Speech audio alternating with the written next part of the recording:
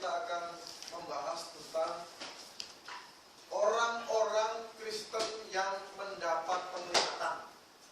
Karena ada tuh orang-orang yang suka lihat ini, suka lihat itu. Nah, malam ini kita akan melihat apa tanggapan Alkitab untuk zaman ini. Orang-orang yang suka mendapatkan penglihatan. Apa kata Alkitab? Coba kita lihat Matius pasal 24.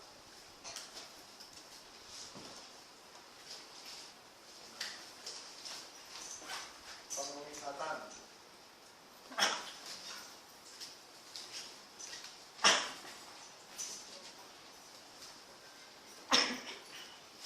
Matius 24 ayat yang ke-25 sampai 28.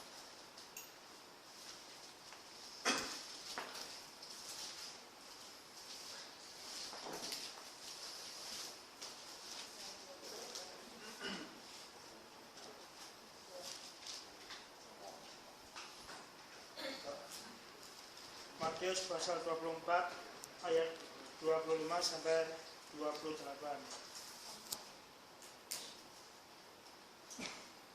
Camkanlah, aku sudah mengatakannya terlebih dahulu kepadamu.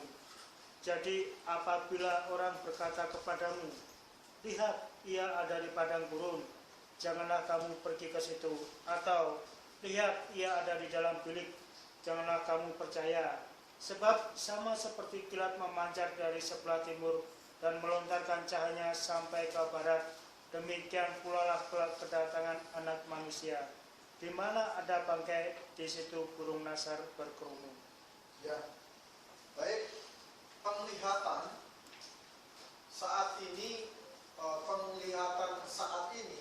ini yang terjadi di gereja-gereja, atau banyak orang-orang hamba-hamba Tuhan yang bilang, saya melihat ada sinar terang, saya melihat ada ini itu dan lain sebagainya. Ini sebenarnya sudah diwanti-wanti oleh Alkitab itu sendiri, bahwa akhir zaman banyak sekali bahkan yang mirip-mirip Tuhan Yesus katanya, yang mukanya kayak Tuhan Yesus katanya. Itu bahkan sekarang kadang-kadang orang-orang Kristen yang bilang, oh itu saya sudah lihat Tuhan Yesus. Kalau yang namanya sudah lihat Tuhan Yesus, susah sekali untuk dikasih tahu gitu. Bu, ibu betul sudah lihat? Benar Pak, saya sudah lihat Tuhan Yesus. Tuhan Yesus itu waktu saya jalan, itu saya nggak tahu di mana tempatnya. Itu kayaknya saya mau menyeberang laut, ombaknya gede sekali. Saya bengong di situ. Terus saya lihat ada Tuhan Yesus, angkat tangan saya, terus saya digendong sama Tuhan Yesus katanya. Saya betul-betul yakin, sampai dia buat lukisannya di rumah. Sebelum masuk rumahnya itu besar lukisannya itu. Dia lagi digendong sama Tuhan Yesus ditarik. Wah, sulit sekali saya bilang. Nah, Tuhan Yesusnya kayak gimana? Tuhan Yesusnya kayak seperti kita lihat itu lah di mana-mana itu, di foto-foto semuanya itu. Wah, saya bilang susah sekali. Nah, ini bicara tentang penglihatan Tuhan Yesus yang salah. Pada akhir zaman sudah Tuhan bilang, awas jangan sekali-sekali percaya kalau ada orang-orang yang lihat itu Tuhan Yesus. Itu bukan saya, maksud Tuhan Yesus sendiri tadi. Matius pasal 24, 25. Jadi setelah Alkitab selesai ditulis melalui wahyu wahyu yang diberikan kepada Rasul Yohanes di Pulau Patmos, Tuhan sudah tidak kasih lagi untuk penglihatan. Apapun bentuknya. Bentuknya apapun. Kalau sekarang ini marak sekali orang dapat penglihatan. Suhu naga itu dapat penglihatan. Lihat ini, lihat itu.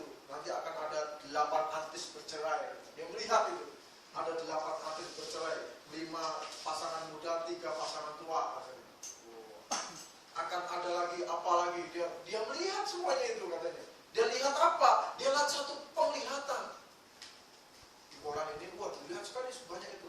Bahkan ada inisialnya apa, Agnes Monica sama artis siapa itu, Raisya katanya. Akan booming, naik katanya. Dia melihat itu. Nah kadang-kadang kekristenan pun juga begitu. Dia di gereja tapi saya melihat. Ada ini, ada itu. Saya melihat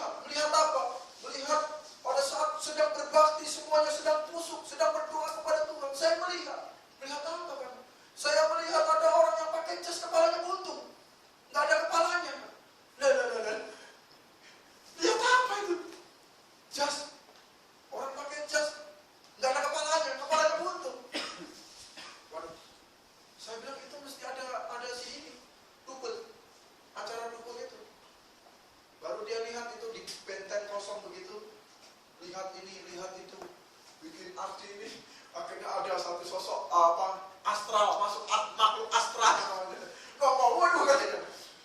Wah, saya bilang, ini kok kacau kekristenan seperti ini. Makanya apapun bentuknya penglihatan, setelah Alkitab selesai ditulis, ini kembali Alkitab ini adalah kitab Wahyu. Jadi bukan karangan punya, tetapi kitab Wahyu. Wahyu itu segala sesuatu yang diturunkan oleh Tuhan. Dengan apa? Dengan penglihatan, dengan mimpi, dengan mujizat, dengan macam-macam. Ini kitab pewahyuan namanya. Nah, setelah kitab pewahyuan ini sempurna, stop, maka semua karunia yang berhubungan dengan kitab pewahyuan ini, berhubungan dengan pewahyuan itu stop, termasuk penglihatan. Penglihatan, mimpi, minggu yang lalu kita sudah bahas. Penglihatan, mimpi, terus apalagi hal-hal yang berhubungan dengan pewahyuan. Hal-hal yang berhubungan dengan pewahyuan, terus melihat, nubuat dan lain sebagainya, itu stop di sini. Jadi kalau ada orang Kristen, dia bisa melihat sesuatu, sebenarnya dia belum percaya kitab ini 100% sama salah. Begitu. Atau dia belum mengerti firman Tuhan ini 100%. Kenapa? Karena 100% ibaratnya ilmunya Tuhan gitu loh. Dituangkan di sini, dicurahkan di sini 100%. Dengan apa? Dengan membuat mimpi, penglihatan, semua dimasukkan oleh siapa? Oleh para rasul untuk menuliskan kitab ini. Sehingga kitab ini adalah kitab Wahyu, bukan kitab karangan. Setelah selesai ini, kitab selesai ditulis, stop semuanya. Tidak ada lagi rasul, karena sudah di stop penglihatannya, di stop mimpinya, di stop nubuatnya, rasulnya pun tidak ada, nabinya pun tidak ada. Maka kalau sekarang ada yang mengaku-ngaku dirinya rasul dan lain sebagainya, wah itu bahaya. Berarti di luar ini. Nah, termasuk orang-orang Kristen yang mendapatkan penglihatan. Makanya Matius 24 ayat 25 sampai 28 disitu dikatakan jangan ada yang percaya. Sekalipun itu mengaku dirinya Mesias, ada di bilik, ada di dalam bilik itu di dalam kamar. Lagi kita bengong-bengong gitu, melihat memang, nah ini memang kadang-kadang manusia hidup itu ada-ada saja. Saya lagi di kamar, lagi tidur setengah plong gitu, ada satu kata pak, lagi tidur gitu. Kalau nggak salah tadi atau kapan, saya lupa hari ini. Lagi tidur semua ada panggilan pak, kayak seperti sipur panggil saya gitu, pak, terus saya bangun. Kok ada sipur, ada siapa? Kadang-kadang seperti itu, seolah-olah itu Tuhan yang panggil. Kadang-kadang begitu, manusia kan begitu. Itu padahal sepertinya hal yang sangat biasa, sering kedengaran pak atau apa. Kadang-kadang penginjil itu juga, ya pak, saya panggil kamu, orang ada panggil kamu pak. Kadang-kadang seperti itu juga. Jadi itu hal yang biasa sebenarnya, tapi tidak perlu dilebih-lebihkan, itu Tuhan, suara Tuhan dan sebagainya gitu. Nah ini kadang-kadang kekristenan begini, bahkan kalau sudah berhasil melihat Tuhan, waduh bangganya benar. Tadi malam saya sudah melihat Tuhan itu semua menolong saya. Ada satu ibu yang saya kasihan sekali lagi dia. Bu, ibu ini salah pemahaman tentang kekristenannya. Kenapa? Kenapa ibu lihat Tuhan dia tolong saya pak. Kapan tolongnya? Dan tolong apaan? Sampai sekarang juga masalahnya belum selesai-selesai, saya bilang. Kok Tuhan tolong separuh-separuh? Bahkan gak separuh lagi, cuma seperempat. Tuhan sudah tarik ibu katanya masalahnya. Ibu sampai gambar sampai gambarnya Tuhan itu sama gambar dia. Panggil tukang lukis. Atau dia melihat itu. Saya bilang, kapan kan ibu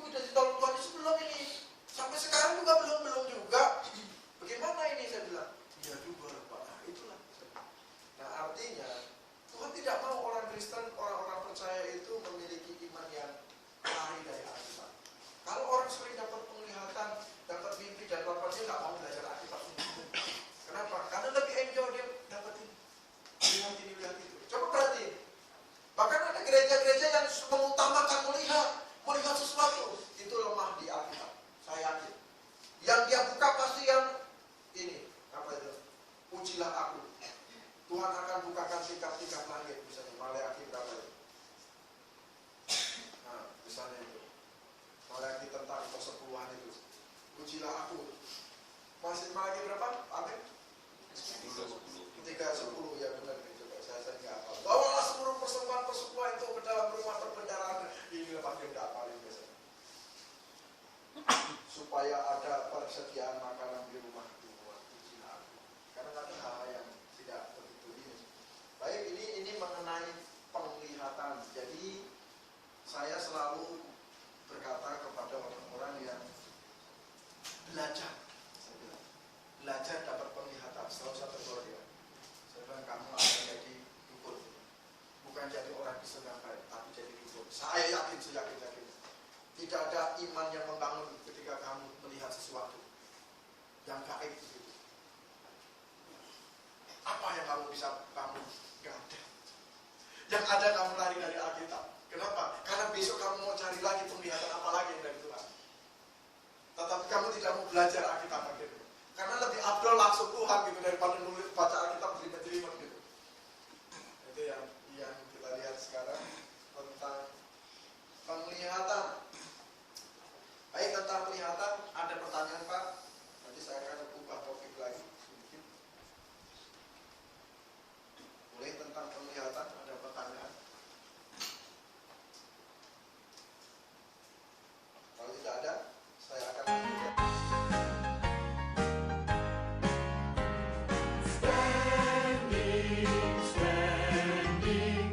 Standing on the promises of God, my Savior. I'm standing on the promises of God. Standing on the promises of Christ, my King. Through eternal ages, let His praises ring. Glory in the highest, I will shout and sing. Standing on the promises of God.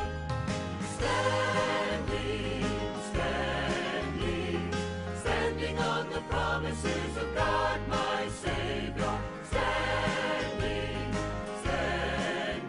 I'm standing on the promises of God. Standing on the promises that cannot fail. When the howling storms of doubt and fear assail, by the living word of God I shall prevail. Standing on the promises of God.